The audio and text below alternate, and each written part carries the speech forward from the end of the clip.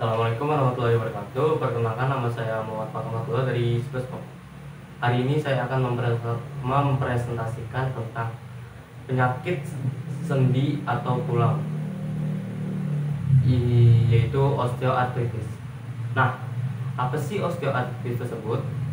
Osteoartritis adalah penyakit atau peradangan kronis yang menyerang bagian sendi pada manusia yang biasanya disebabkan dari kerusakan pada tulang rawan. Osteoartritis ini adalah jenis artritis atau peradangan sendi yang paling sering terjadi pada kebanyakan orang. Penyakit ini bisa menyerang semua sendi, namun lebih sering terjadi pada sendi di jari tangan, lutut, pinggul, dan tulang punggung. Nah, osteoartritis ini biasanya disebabkan oleh kerusakan pada tulang rawan dan sendi. Kondisi ini biasanya dimulai saat tulang rawan yang mana ia merupakan bantalan pelindung tulang mengalami kerusakan yang akhirnya menyebabkan terjadinya gesekan langsung antar tulang. Gesekan itulah yang lama-kelamaan akan merusak dan membuat terjadinya peradangan pada sendi. Nah, sekarang kita masuk ke faktor apa saja sih yang bisa membuat orang terkena osteoartritis. Banyak sekali faktor-faktor yang dapat membuat orang mengidap penyakit ini. Salah satunya adalah faktor usia. Karena seiring bertambahnya usia, proses degeneratif pada sendi juga meningkat. Karena itulah penyakit ini lebih sering ditemukan pada orang yang sudah memasuki usia tua atau lansia. Lalu faktor berikutnya adalah faktor jenis kelamin. Ya, kenapa jenis kelamin? Karena seorang wanita memiliki resiko terkena osteoartritis lebih tinggi. Hal itu disebabkan karena struktur sendi wanita yang memiliki ruang antar sendi lebih sempit. Wanita juga memiliki lebih banyak hormon estrogen yang mana dapat mempengaruhi metabolisme kondrosit. Lalu, faktor obesitas atau berat badan yang berlebih. Singkatnya, orang yang obesitas atau berlebihan berat badan ini akan cenderung lebih mudah terkena osteoartritis karena beban atau stres pada sendi, terutama pada lututnya, lebih besar dibandingkan orang yang berat badannya normal. Berikutnya adalah riwayat trauma. Trauma ini dapat menyebabkan instabilitas dan beban biomekanik sendi, terutama trauma meniskus, ligamen, tulang, dan sendi.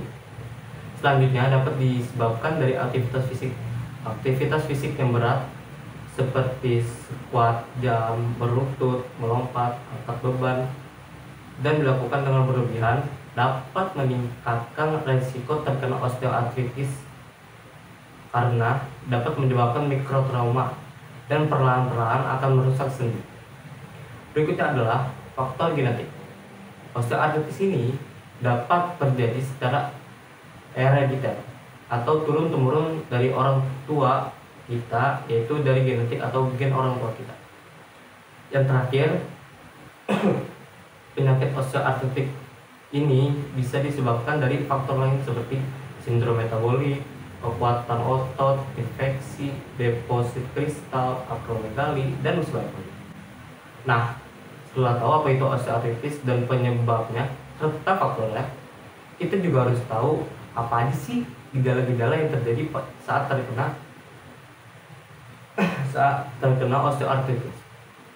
Pada awalnya, penderita osteoartritis ini akan merasakan rasa nyeri sendi dan merasa kaku pada sendinya. Lalu, gejala-gejala itu akan berkembang secara perlahan dan menjadi semakin parah seiring berjalannya waktu. Selain rasa sakit dan kuku pada sendi, ada beberapa jenis lain yang bisa terjadi pada pengidap osteoartritis seperti pembengkakan pada sendi, munculnya suara gesekan pada sendi saat digerakkan, berkurangnya massa otot, munculnya taji atau tulang tambahan, ada benjolan pada sendi yang ada di jari tangan, membengkoknya jari tangan. Nah, berikutnya kita mengenal jenis dari osteoartritis. Osteoartritis sendiri terbagi menjadi dua, yaitu osteoartritis primer dan sekunder. Yang pertama, osteoartritis primer, yaitu adalah jenis osteoartritis yang masih belum diketahui penyebabnya dan tidak berfungsi dengan penyakit sistemik ataupun perubahan lokal pada sendi. Tetapi banyak pihak yang menghubung-hubungkan osteoartritis primer ini dengan faktor penuaan. Lalu osteoartritis yang kedua, osteoartritis sekunder, adalah osteoartritis yang disebabkan oleh penyakit atau kondisi lainnya. Seperti yang sudah saya sebutkan tadi, ada faktor dari obesitas, kelainan tulang dan sendi, trauma, kelainan endokrin, dan lain-lain. Berikutnya kita membahas tentang patofisiologi terjadinya nyeri pada osteoartritis, yaitu ketika tulang rawan memecah dan terjadinya stres mekanik yang berlebihan dan jatuh pada struktur sendi lainnya, seperti pada gelembungan dari kapsul sinovial secara terus-menerus yang mengakibatkan peningkatan cairan, yaitu peningkatan cairan sendi, mikrofraktur, kerusakan ligamen sinovum, dan kemudian mengakibatkan pengikisan terhadap tulang rawan sehingga ia membentuk tulang baru di lapisan sendi yang mengakibatkan nyeri pada lutut. Seperti yang bisa kita lihat pada gambar di bawah ini, merupakan urutan dan tahapan penyebab dari osteoartritis. Yang pertama ada gangguan pada kondrosit, lalu terjadi perubahan komposisi molekul dan struktur matriks pada tulang, yang akhirnya menyebabkan gangguan pada fungsi diri tulang rawan dan sendi. Gangguan itu menyebabkan dua hal, yang terjadinya fibrilasi rawan sendi dan stimulasi fungsi osteosit. Nah, terjadinya fibrilasi tersebut menyebabkan penipisan pada rawan dan sendi serta menyempitnya celah sendi. Sedangkan stimulasi fungsi osteofit itu menyebabkan terjadinya perubahan lagi pada komposisi molekul dan struktur matriks tulang sehingga terjadilah osteoartritis ini. Lalu berikutnya ada diagnosis. Umumnya untuk membuat diagnosis orang terkena penyakit osteoartritis ini, dokter harus melakukan pemeriksaan fisik terlebih dahulu pada bagian sendi yang sakit. Setelah itu, dokter akan melakukan tes untuk memastikan penyebabnya. Ada beberapa tes pemeriksaan yang bisa dilakukan untuk diagnosis osteoartritis seperti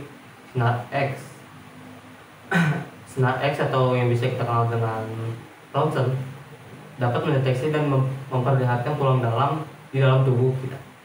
Jadi dengan Ronsen ini, dokter bisa tahu jika ada penyempitan ruang antara tulang dan tulang di sendi. Lalu yang kedua ada MRI. Jika Ronsen tadi menggunakan sinar, kalau MRI ini bekerja dengan menggunakan gelombang radio dan teknologi magnet yang kuat dan menampilkan gambar dari tulang dan jaringan lunak yang ada di dalam tubuh. Yang ketiga, berikutnya ada tes darah. Tes darah ini sebenarnya cukup umum untuk mengetahui penyakit yang ada di dalam tubuh. Tapi pada kasus osteoartritis ini tidak ada tes darah yang cukup spesifik untuk mendeteksi penyakit ini. Hanya saja tes ini dapat membantu memastikan apakah kondisi yang dialami itu terkait dengan penyakit radang sendi atau tidak. Yang terakhir ada namanya aspirasi cairan sendi. Pada tes ini, dokter akan mengambil sampel cairan dari dalam sendi kita yang bermasalah. Lalu cairan tersebut akan diuji dan diperiksa ada kemungkinan adanya peradangan di dalam. Nah, berikutnya adalah stadium pada penyakit osteoartritis. Osteoartritis ini merupakan penyakit yang berkembang secara perlahan dan semakin memburuk seiring berjalannya waktu. Nah, perkembangan penyakit ini juga digampangkan melalui stadium, seperti stadium 1, 2, 3. Yang pertama ada stadium 0, yaitu kondisi di mana keadaan sendi masih normal dan sehat serta tidak menunjukkan ada kerusakan. Yang kedua ada stadium 1. Pada stadium ini sang penderita masih belum merasakan nyeri atau tak nyaman pada sendinya, tapi sudah ada kerusakan minor pada sendi dan tumbuhnya taji tulang di ujung sendi. Berikutnya pada stadium 2. Pada stadium ini, taji tulang yang tumbuh tadi semakin besar dan umumnya penderita penyakit ini sudah mulai merasakan sakit pada sendinya. Lalu lanjut ke stadium 3. Pada tahap ini sudah jelas terlihat adanya kerusakan pada tulang rawan dan ruang antara tulang menyempit. Pada tahap ini rasa nyeri sudah semakin terasa sakit. Yang terakhir ada stadium 4. Pada tahap ini ruang antar tulang sudah menyempit dan tulang rawan semakin hilang. Kondisi ini menyebabkan peradangan kronis dari dan rasa nyeri yang semakin besar. Nah, apabila kita terkena sebuah penyakit, tentu saja hal yang harus kita lakukan adalah berobat.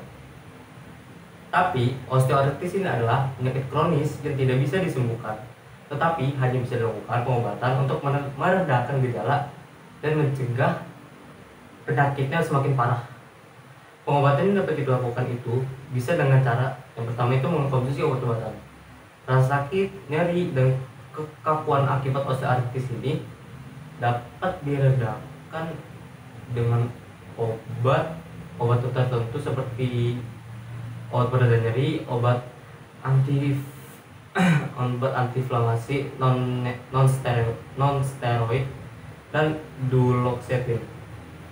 Tapi sebelum mengkonsumsi obat-obatan tersebut, kita harus konsultasi terlebih dahulu pada dokter agar tidak selalu memilih obat dan tahu dosis yang tepat seberapa banyak.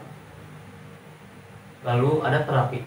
Kita juga bisa mempercepat pemulihan gejala dengan rutin melakukan terapi. Seperti terapi fisik, yaitu perawatan yang akan membantu kita untuk melatih kembali otot-otot di sekitar persendian yang nyeri. Dan ada juga terapi okupasi. Dan juga ada terapi okupasi, yaitu adalah melatih kita melakukan kegiatan sehari-hari tanpa memberi terlalu banyak tekanan pada sendi. Yang terakhir, ada prosedur medis.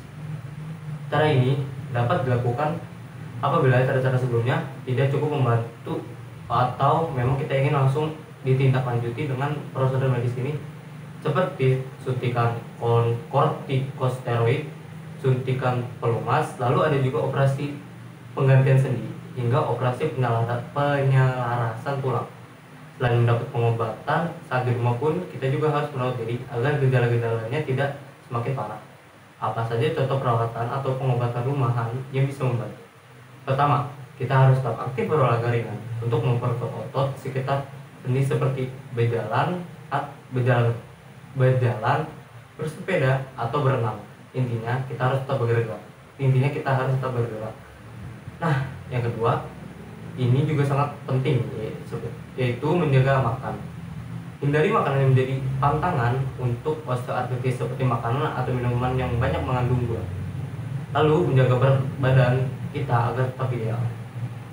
Berikutnya, kompres air hangat untuk mengendorkan otot dan meredakan nyeri. Lalu kompres air dingin guna meredakan nyeri setelah berolahraga.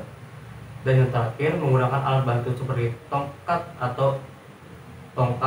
untuk menopang badan agar tidak terlalu membebani lutut saat bergerak atau berjalan. Nah, yang terakhir ini adalah cara pencegahannya, karena lebih baik mencegah daripada mengobati. Walau sebenarnya osteoartritis ini adalah penyakit yang sulit dicegah, tetapi kita dapat mengurangi risiko terkena osteoartritis ini dengan cara yang pertama, yaitu melakukan olahraga rutin yang baik untuk kesehatan sendi, seperti renang, bersepeda, dan jalan kaki. Dan hindari olahraga yang terlalu membebani sendi seperti lari dan angkat beban. Yang kedua adalah mempertahankan postur tubuh yang baik dan hindari posisi yang sama terlalu lama, seperti berdiri terlalu lama. Dan yang terakhir ini sangat penting, yaitu menjaga berat badan tetap ideal, karena obesitas merupakan salah satu penyebab osteoartritis. Sekian saja presentasi dari saya. Apabila ada kata yang kurang mohon dimaafkan, kurang lebih mohon maaf. Wassalamualaikum warahmatullahi wabarakatuh.